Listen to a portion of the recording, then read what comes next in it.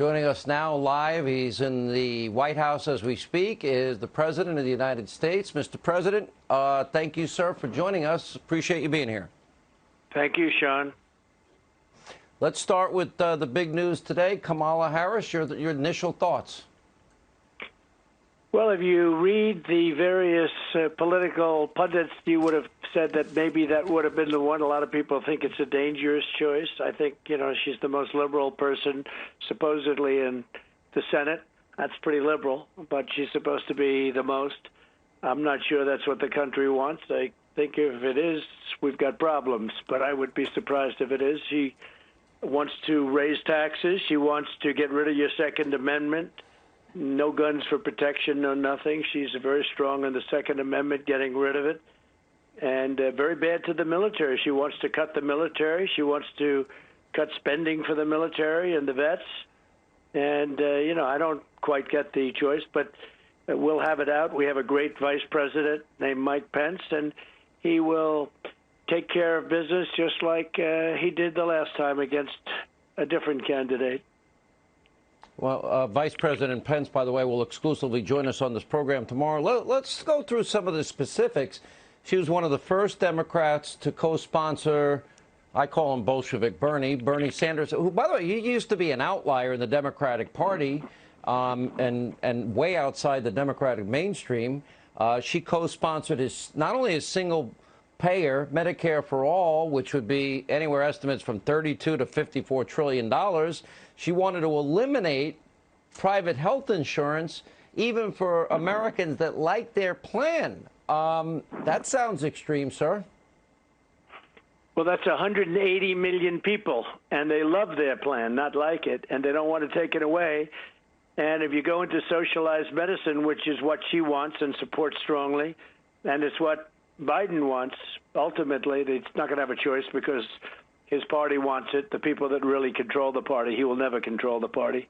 They want it. That means you're destroying something that 180 million people love. They have a plan that they really like. That's a very hard thing to do. Very hard thing to do. And by the way, I have to say, Larry and Leo and Janine and your great Senator John Kennedy, who's fantastic, and Karl Rove, who's been so great. Karl and I had our disputes previously, but we like each other a lot now. He's been great. But Karl was great tonight, and I will say that was some little precast I had on. That was very impressive. Thank you. That's I guess that we call that the opening act, Mr. President. Well, they were good. One of the things, they were good. I've talked a lot about this, and when you were a candidate, I asked you many, many times about the need for America to become energy independent. And you went forward with the Keystone XL pipeline, the Dakota pipeline. You've opened ANWR. And for the first time in 75 years, America is now energy independent. And we're now also, it's been a longer period of time, the largest producer of energy in the entire world. She was a co-sponsor in the U.S. Senate of this radical Green New Deal. Joe Biden has already pledged trillions of taxpayer dollars for that plan. All I see is that would eliminate, the lifeblood of the world's economy, America's economy, in the next 10 years, according to the original plan that she, again, was a co-sponsor of. How do you see that in terms of the geopolitical, strategic, even defense of this country? Because that, to me, is a crucial program that is scary. To go back to energy dependence is scary to me. Well, we are now energy independent for the first time, I guess, ever. And we're very powerful on energy. And when we had the pandemic hit us from China, which should have never happened, they should have never let that happen. But there was obviously a lot of energy around, and we saved it. I saved it. We called Russia, President Putin. We called the King of Saudi Arabia. They cut 10 million barrels of oil a day, and we saved the energy, and now we're at $41 a barrel. But more importantly, for the people driving cars, we're around $2 and even less a gallon, and that's fantastic. She's against petroleum. She's against fracking. So is Biden. And that means you can't win Texas, you can't win Pennsylvania, you can't win Oklahoma or North Dakota or many other states. And it also means your electric bills would go up literally by 10 times. It wouldn't be even sustainable. And if they went with this crazy green, it's like child's play. If they went with the so-called Green New Deal, you're talking about a catastrophic for the country. You'd probably have to close 20 to 25% of your businesses even to qualify, and they wouldn't function properly because we don't have that kind of energy. It's crazy. They can't power our massive. We have these massive plants, some of which and many of which are being built under me. The car companies are moving back from Japan and from other countries, coming in from Germany. They're coming back to America, first time in 42 years. And you can't even think about firing up those plants with the kind of things they're talking about. Wind is nice. But it causes tremendous environmental problems, from site to home values going way down. If you see a windmill and you hear a windmill, your home is worth half or less than half. It kills all the birds. The whole thing is crazy what they want to do, and they'll destroy the country. We built the greatest. And if you see what's happened, we had the greatest economy in the history of the world, better than China by far. We were lapping them. And then all of a sudden, when the plague came in, we had to close it down. We saved millions of lives, and now we're opening it up, and we're setting records. And you even see the stock prices today, where the markets are, NASDAQ is higher than it ever was, and the Dow is just about ready. I mean, it's right at almost at the same level. Who would have believed that in the middle of a pandemic, which we're soon going to have vaccines and therapeutics? It's going to be, it's going to all be good next year. We're going to have one of the greatest years we've ever had, if it isn't blown out the window by tripling and quadrupling taxes and regulations. Let me specifically go into the issue, and it was a signature issue for you in 2016, and that is building the wall, and you can update us on that part. It was a heavy lift, and you had to find a way to reallocate funds from the Defense Department and elsewhere. But you have two candidates now that support amnesty. Kamala Harris supports sanctuary cities. The sanctuary state of California wants to eliminate ICE. Your reaction to the very different positions that you have on this very key issue, and an issue that has defined your first campaign and is a big issue still today? So the wall is well under construction. We have 281 miles up. 281 miles. That's one of the reasons that the border numbers are so good, because wherever it's built, nobody comes through. You can't get through it unless you're a climber of Mount Everest. That's about it. You'd have to be of that talent. So we have 281 miles. The rest is being built. By the end of the year, it'll be mostly finished. We may add another 50 miles. That was unplanned for in certain areas that are a little bit tough, so we'll make that determination. But the wall is built. You don't hear about that anymore, Sharon. Remember, that was like the biggest topic. As soon as I won, the Democrats stopped talking about it, and when they stop, their co-partner stops. That's the media, the corrupt media, the fake news.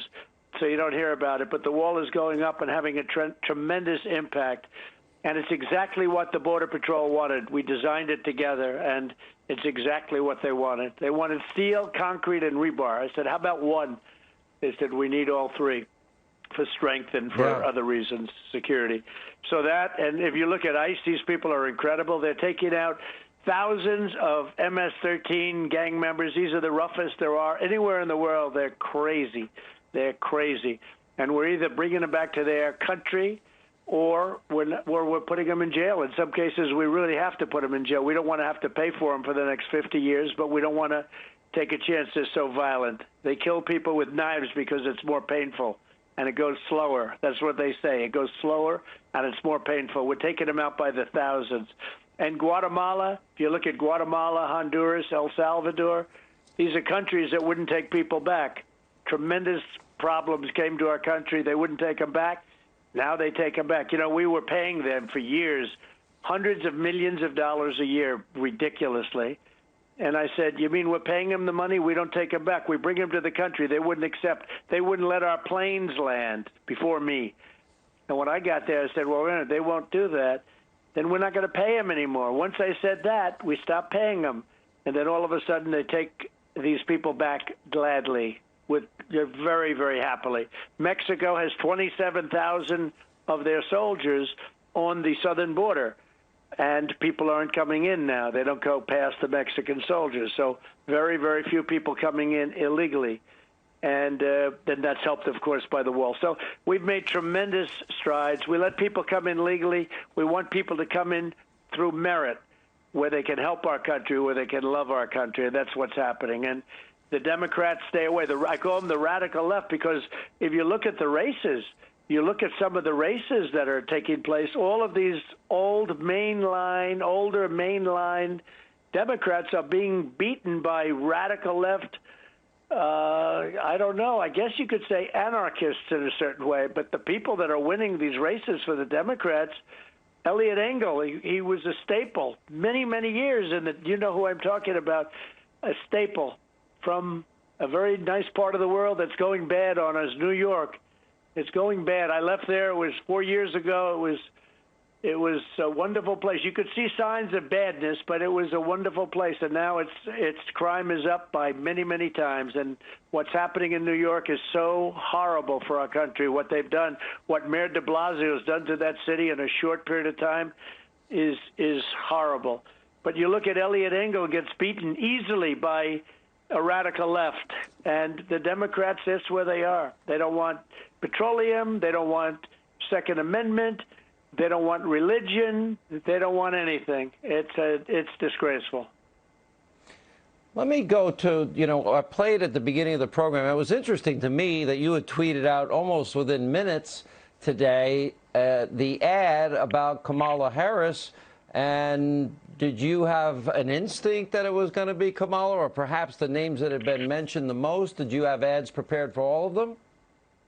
No, but we really have some very talented people. It was quick, and we have some talented people. Yeah, I thought it might be her, because if you remember, she was going to do very well. She was one of the people that was projected to have a chance at winning, and all she did is people got to know her. She went down. She finished at 2%. Probably less than that. And she fled. Remember how quickly she said horrible things about Biden. The one thing I felt he couldn't do, I mean, she took what somebody said about her, some horrible things about what was said about Joe, and she said she agreed with the woman that said them. That was a terrible statement. And I said, just that statement alone. But she made terrible statements. She essentially called him a racist and other things that were very bad. And, I said, we probably can't pick her, but let's do something on her, because people were saying it could happen. And we had others in mind also. We had some other choices. She was my number one draft pick. She was the one that I thought would be the best for us. Your number one, Mike will your handle number it one very draft easily. pick? Mike is a pro. Well, I mean, she did talk about things. I know that you get attacked pretty much, as I've said, and I'll say it with the mob and the media watching, because they lied about Russia. We now know that the FBI knew from the subsource of Christopher Steele that dossier was phony. We know that Hillary Clinton's, even the New York Times now recognized that her bought and paid for Russian dossier was likely Russian disinformation from the beginning. But my question is more about her attack on Biden on the issue of race. And, the reality is he did praise the guy that filibustered the Civil Rights Act. Imagine if you'd done that. Biden did support the anti-busing amendment of Robert Byrd. And by the way, he did say he worried his children would grow up in a racial jungle, referring to school and integration. And he did, use the comment more recently, you ain't black and poor kids are just as smart as white kids. And in a previous campaign, they're going to put you all back in chains, and you can't go to a Dunkin' Donuts or a 7-Eleven unless you have a slight Indian accent. And what he said about even Barack Obama, clean and bright and articulate, and that's storybook. And man, he likes to say the words, come on, man, come on, man. Your reaction to her attacks on him on the issue of race?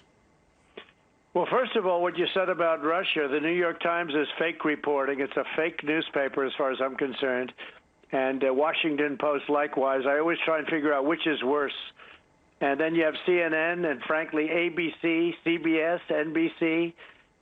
But you have some good ones in between. Locals are great. Locals we do great in. I couldn't possibly be here. And on social media, does anybody do better in terms of people watching and the importance of social media so we get the word out? But, the sad thing is you have so many incredibly talented writers, journalists, frankly, including yourself, because I consider you really a journalist to the largest extent, the job you've done, because you got the Russia hoax correct.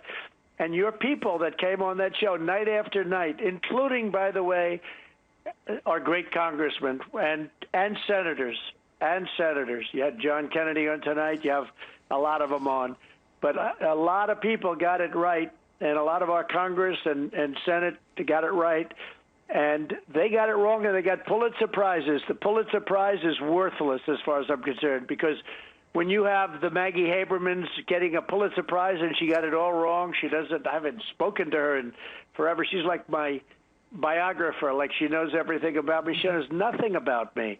And they talk about they have sources. They don't have sources. They're made up. They make them up in their mind. They have no sources. I know when there are sources. But if you look at the Times and I guess the Washington Post, they got Pulitzer Prizes, and they were totally wrong. And they got them, I guess, before the end result.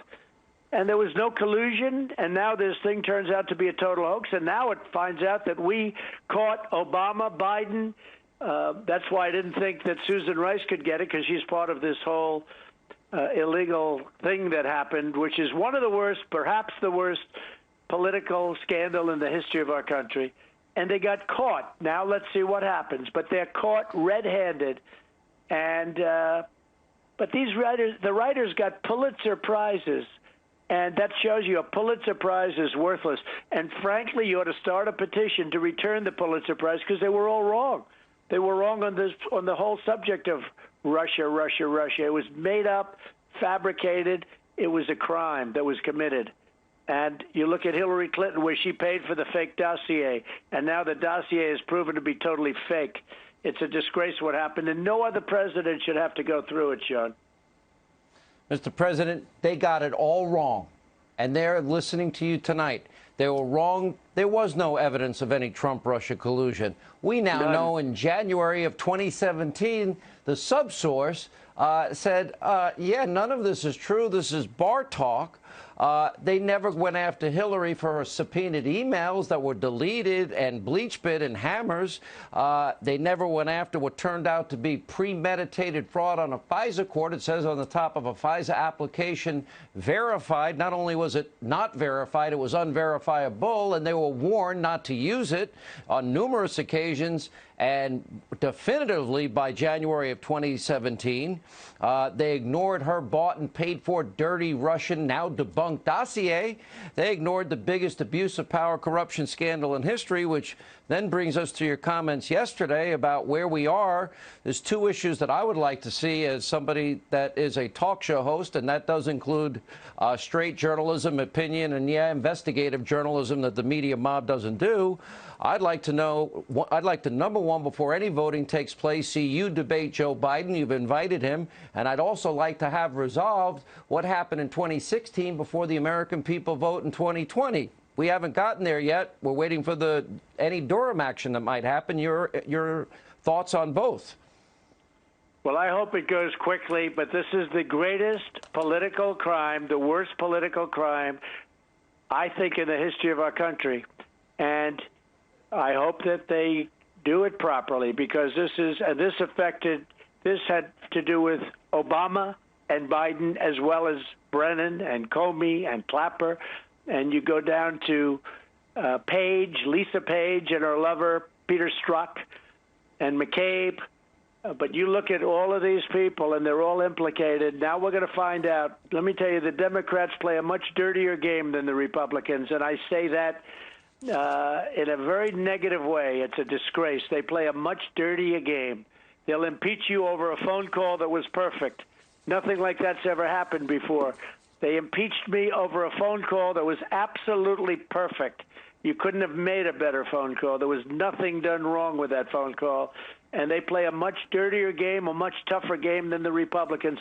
The Republicans, fortunately, much better policy, but they ought to get tougher. The Republicans have to get tougher. And this whole thing with this mail-in ballot, that's a rigged election waiting to happen. It's rigged, and everyone knows it, because you can't send out 60 million mail-in ballots to everybody who knows who's getting them. The mailmen are going to get them, and people are going to just grab batches of them.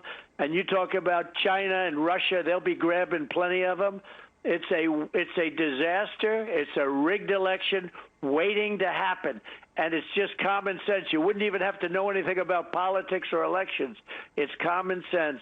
And an absentee ballot's okay, where you send in for a ballot, they go through a process and they send it to you, and then you send it, it's fine. But these mail-in ballots where they send millions of them all over the country, it's going to be a rigged election.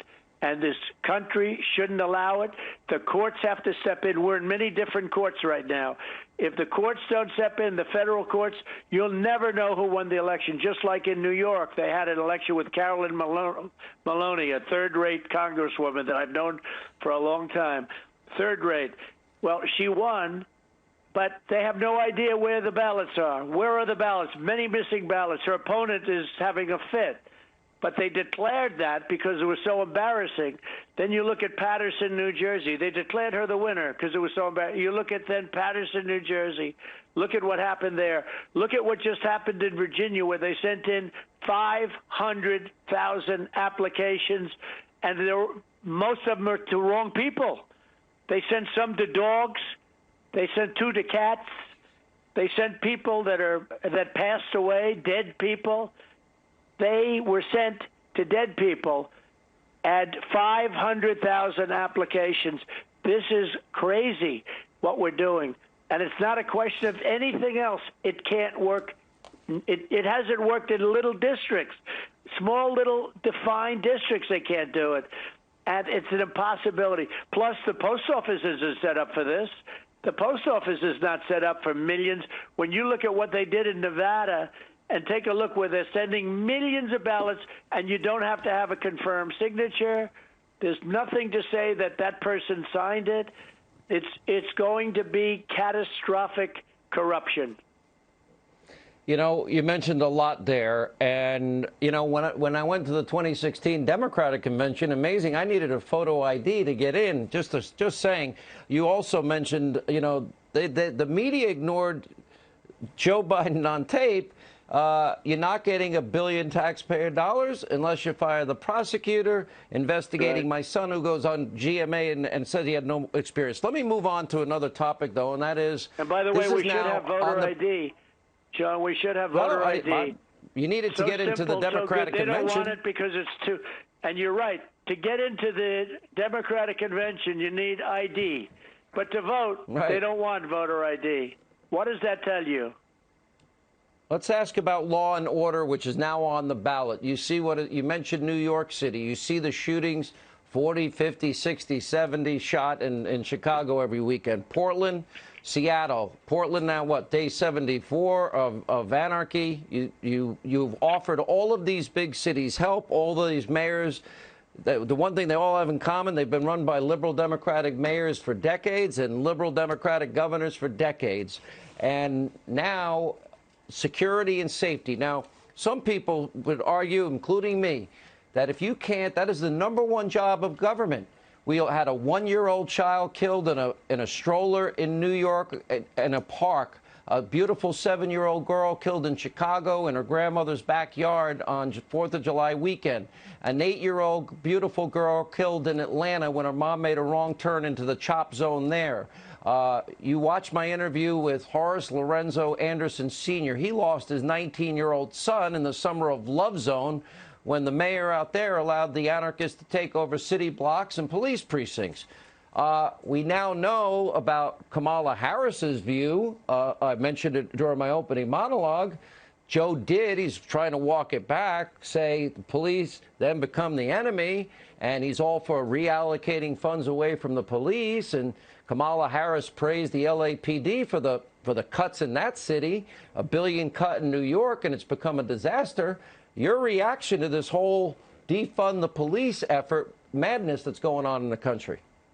Well, it's ridiculous, and we should do the opposite of defunding. We should help the police more. They have been taken, their guts have been taken out, and it's very sad. Now, we've talked to the governor.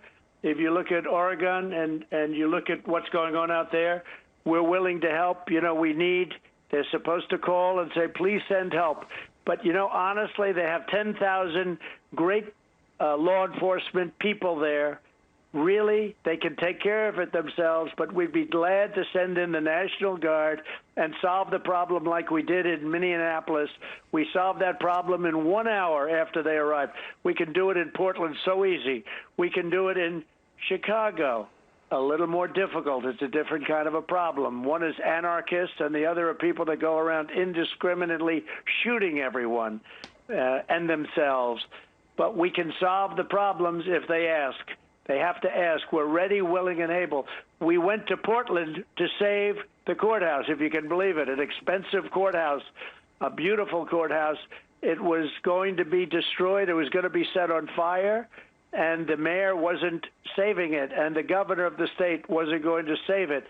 So we sent Homeland Security, 300 people, and it was very easy for them. They could have marched forward. They're not allowed to do that. They have very strong restrictions, unfortunately, and they surrounded it and they protected it, and it's fine. And they're still there, by the way. The mayor likes to say they're still there. They're there to protect the courthouse. It's not for them to do anything beyond that. They're not allowed to. But we can have the National Guard go in and clean out Portland in a matter of hours, less than hours.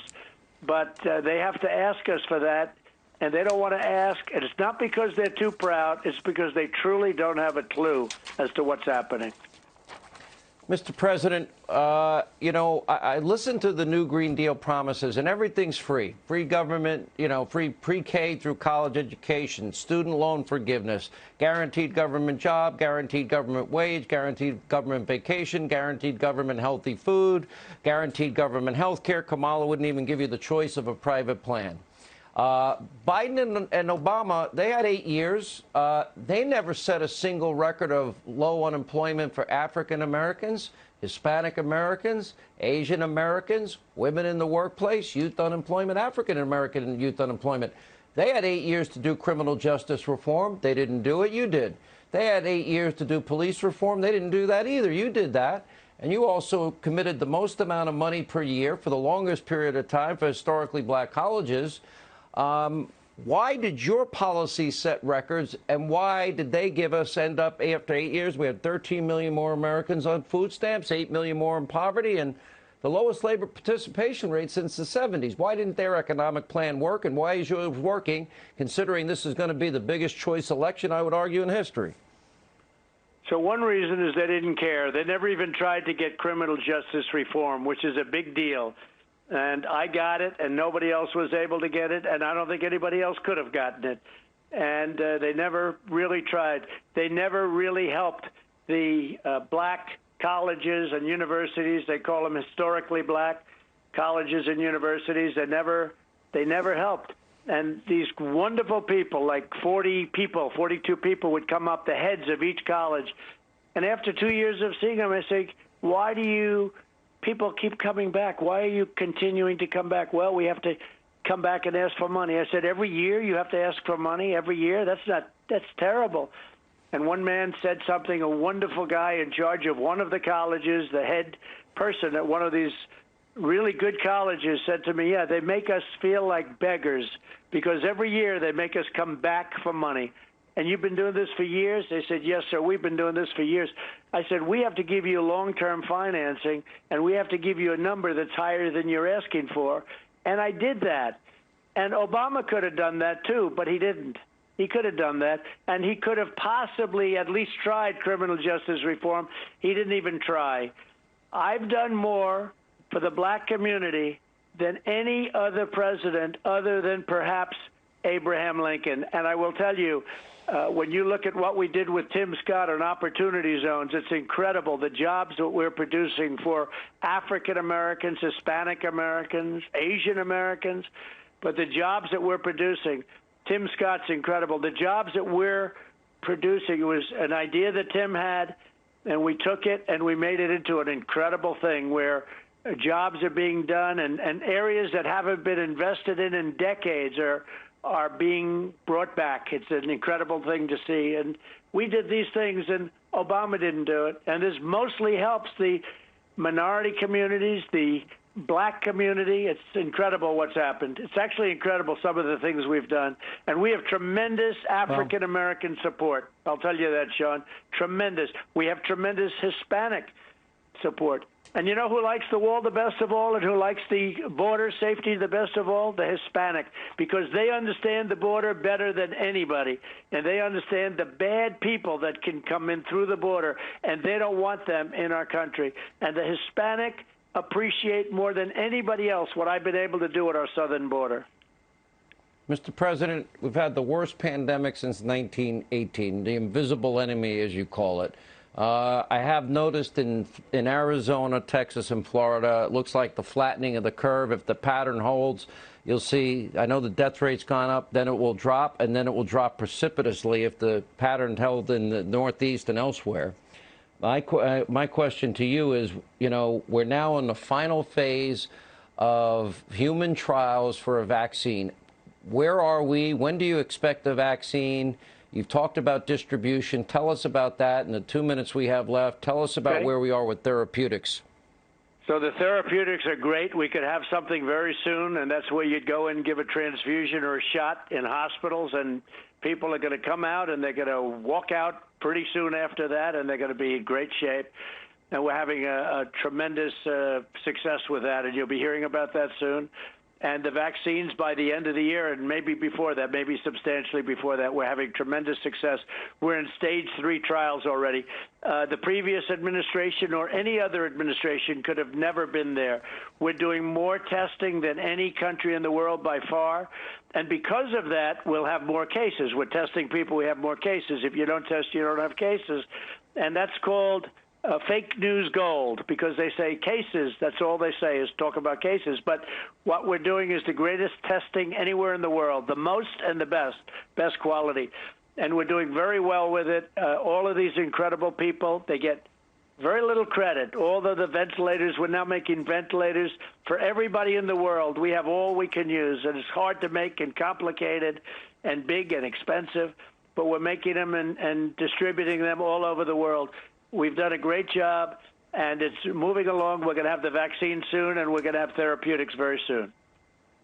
It's a scary thing, and you know, you rightly point out that this shouldn't have happened, and the world would have helped out China had they only asked.